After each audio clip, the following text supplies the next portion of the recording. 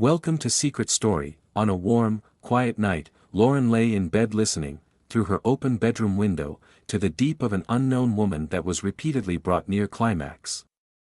Lauren's husband, to the world in a deep sleep, lay next to her, oblivious of the other woman but 30 feet outside their window, being ravaged by Jason, who had been their best man just 3 years ago that he was staying in their guest house just behind the swimming pool for a few days. Throwing the sheet back, she left her sleeping husband. Nothing could wake him from a deep sleep and tiptoed to the great room at the rear of the house, being careful to leave all the lights off so she not be seen by. Standing near a window, peering into the darkness of the night, she could just make them out in the shadows, their bodies reflecting a light glow from the pool lamps which cast a soft light. Lauren couldn't see faces. After both women had calmed, Lauren watched as Jason stood up. Lauren could hardly believe that she was doing this, watching Jason. She knew she shouldn't be watching this once she finally opened her eyes. As Lauren crept back to bed, and lay next to her still sleeping husband, she reflected on her actions. Jason was a womanizer. And his seductions often focused on married women, a bad boy like he could readily supply. In Jason's mind, married women were safe bets, because they were not likely looking for emotional attachments or commitments. And that suited Jason just fine. But it was always something Lauren detested about him, even if she had come to accept it, because of his long-standing friendship with her husband. Lauren awoke the next morning to a ringing phone, and listened to her husband take the call and tell the hospital he would be right there. Her husband Mark was a surgeon, and was just called in this Saturday to operate on the victim of a terrible car crash. He would be gone for hours. So much for him entertaining his friend Jason today. She thought that as Mark quickly got ready to leave the house, they heard Jason's rental car start up outside, and then pull out of the driveway. "I guess you don't have to worry about what to do with Jason in my absence after all," Mark said, looking out the window as the car drove off. Turning to look at his wife, he added, "That should make things easier for you. I know you really don't care to be around him too much." "I can't imagine why I don't care to be around your best friend," Lauren said sarcastically. Mark laughed, and jokingly defended his friend by telling his good wife that was a bit harsh. "After all, I think we can say he's more mature than a hamster. Don't you think he's at least to the maturity level of a junior hire?" he said with a wink. "Oh, you think that's funny, don't you? But you're lucky he's not chasing after your wife. I think he considers every other married woman he knows fair game." As Mark pulled his wife in for a hug and a goodbye kiss, he said, "That's one thing I can count on, he's never hit on you. Of course you're like ice around him, so he probably knows better than to make a play for the ice queen." Lauren took a swat at Mark as he dodged away from her, laughing. "But seriously honey, he's always respected our friendship and left you alone. You can at least be grateful for that." And with that feeling of security in his friend's distance from his wife, Mark headed out for a long day of surgery at the hospital. As he drove off, Lauren reflected on those moments when Jason had in fact flirted with her, times and events that Lauren didn't want to tell her husband about for fear of what he might do. He made her feel desired. And every woman wants to feel desired, even if she is a faithful, loving wife as Lauren was. So she put up with those typically male advances, as harmless as they were, knowing that Jason never really pressed himself on her. Well, there was that one time at the wedding reception, but she just racked that up to his inebriation, and tried to put that out of her mind, as it never happened again. Lauren pulled a white t-shirt on before walking out to the kitchen to make some coffee. If Jason was still around, she would have dressed, but she felt safe to roam the house nearly for a while. She liked that feeling, walking around the house in little or nothing, and enjoying the warm California air. Just as she was turning the coffee maker on, she nearly jumped out of her skin at the sound of the back door opening and someone walking in. Turning in fear quickly to see who was coming in, she stood face to face with Jason. The look in Jason's eyes was one of utter shock as well. They started babbling over one another. "What are you doing here?" "I heard your car drive away," Lauren called out over Jason's. "I thought I saw your car drive away a few minutes ago." "What are you doing home?" Clearly, they both thought the other had driven off, leaving them alone in the house. But here they stood, staring at each other. Jason looked down at himself, and then back to Lauren, before saying, "No.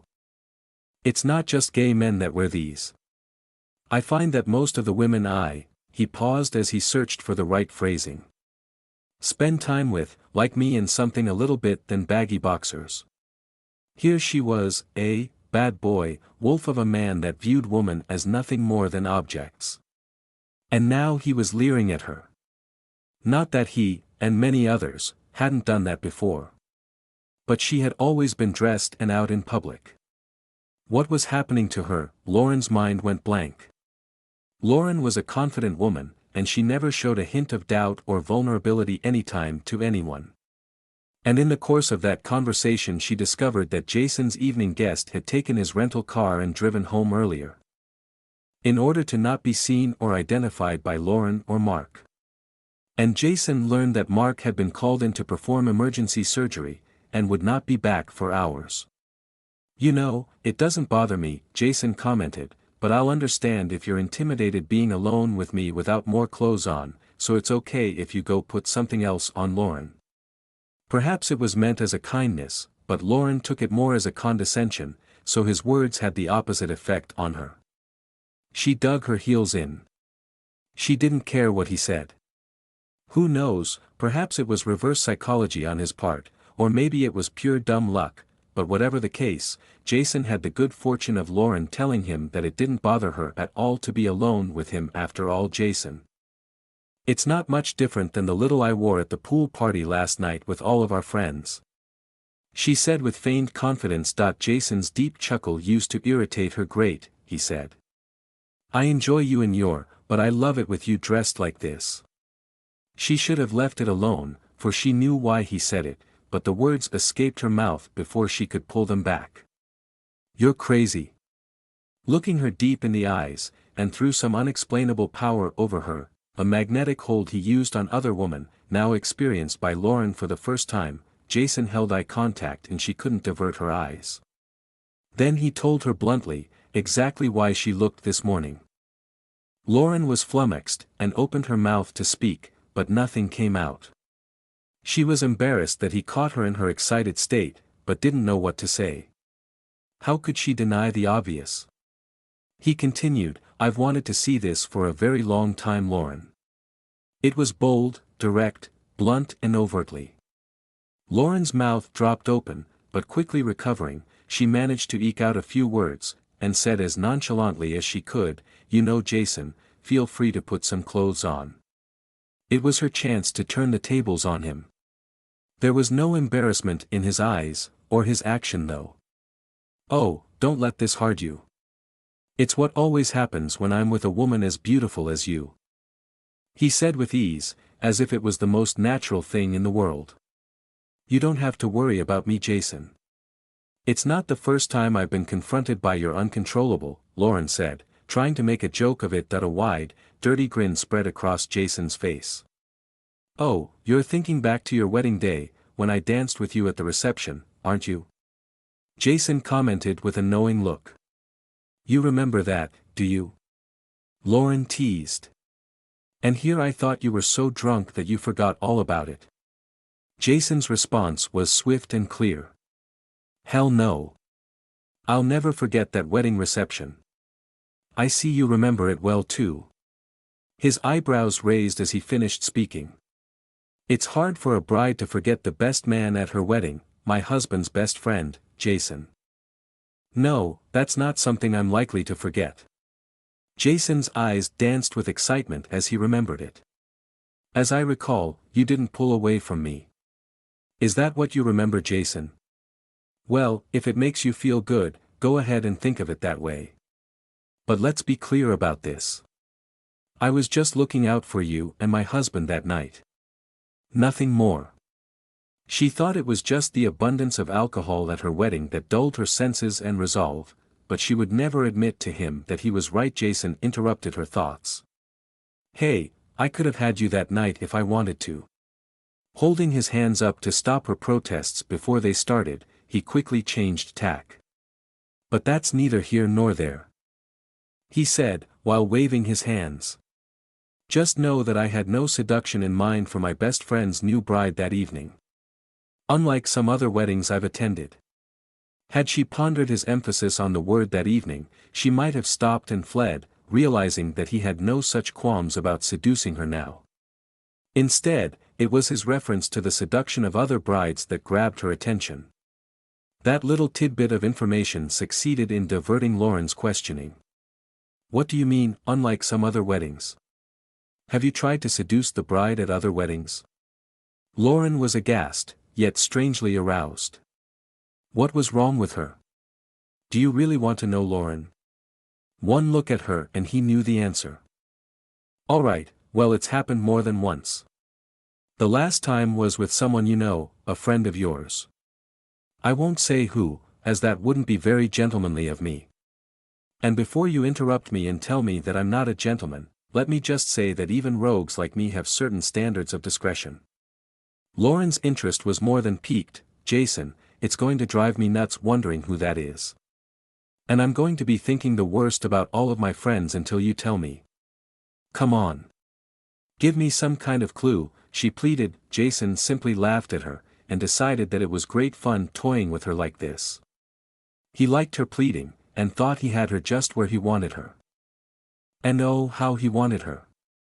"Well, I wouldn't use the word worst to describe your friend," he said, with a raised eyebrow. "I have to say that was one of the most exciting nights of my life, and I've had plenty of exciting nights." Lauren rolled her eyes at Jason's boast, but he continued, undeterred. "You know I love to married women. It's safe for a confirmed bachelor like me, no emotional attachment and no commitment. Seducing a married woman is just good fun. I get off on the dirty thrill of it, to be honest with you, Lauren. The forbidden and taboo of taking another man's wife excites like nothing else can." Jason continued. "But the feeling of a new bride right after her wedding and before her husband consummates the marriage is an unbelievable sensation." For the next 15 minutes Jason went on to answer Lauren's questions. When in the end he confirmed that, "Can you keep the secret? No one can know. Not Mark, not any of your friends, not the bride, and certainly not her husband." Lauren swore that she could keep a secret, but when he told her who the unfaithful bride was, she couldn't believe it, didn't believe it. "I tell you it's true. She was just here with me again last night. I can't believe that, Alyssa." "Well, it's true. Her hubby was out of town and she was here all alone." Lauren protested that she had left with friends, but Jason told her that's the impression she had given, but instead she hid in the guest house until everyone else had left. And then in the morning, took his rental car home since she had come by cab to the party. Still disbelieving him, Jason offered proof in the form of a video of last night's escapades. "You filmed her? What kind of monster are you? Hey, before you jump down my throat, you should know that she agreed to the filming. It's true, she was pretty tipsy when she did, but she still agreed. Besides, I'd never show it to anyone." Lauren fumed, not sure what to believe. It's the kind of thing Jason always noticed, and took advantage of. "Look, I'm telling you the truth, Lauren. I don't care if you believe me or not, but it's true. If you want to see the video to confirm it, you're the one person I'd show it to. If not, then just take my word for it." Jason stared at Lauren, challenge in his eyes. "But why? Oh, that's just great. So now you're some kind of marriage counselor, helping needy women with their marriages?" Lauren's sarcasm was thick, but she was more than intrigued. Jason grabbed Lauren by the hand and pulled her toward the guest house. Her weak protests did nothing to slow him down. Once in the guest house out back, he pushed her down on the love seat, moved to the TV, grabbed his phone, and cast the X-rated video, complete with soundtrack, to the TV. Lauren couldn't believe her eyes. She could have stopped the video, having confirmed the truth of Jason's story, but she didn't. Instead, Lauren sat next to Jason. She had gone over to the Dark Desires. She was a very bad girl, and that's exactly what she wanted to be right now. Now perched on the edge, she succumbed to that. Jason grabbed Lauren by the throat, yanked her up off the love seat, and pulled her across the room to the bed, where he threw her down. Are you sure you're ready for this? Lauren whimpered her consent as Jason continued his verbal assault. That's what you are, you know, she started pleading with him. God, give it to me. Why are you torturing me like this? She said, exasperation thick in her voice. Because I can, he said, forcefully punctuating each word, penetrating her to the core. With those 3 simple words, she now knew that he controlled her completely. She truly had surrendered everything to him. You always get what you want, don't you? Does that satisfy you? I was a good girl before today. You did this to me. Are you happy now? Nicely said. The room went black, then as she closed her eyes it was as if stars burst into fireworks, seen behind closed eyes when their breathing calmed. He looked into her eyes, stroked her hair, and told her what a good girl she had been. There's more to come, my dear. But let's enjoy the moment while it lasts.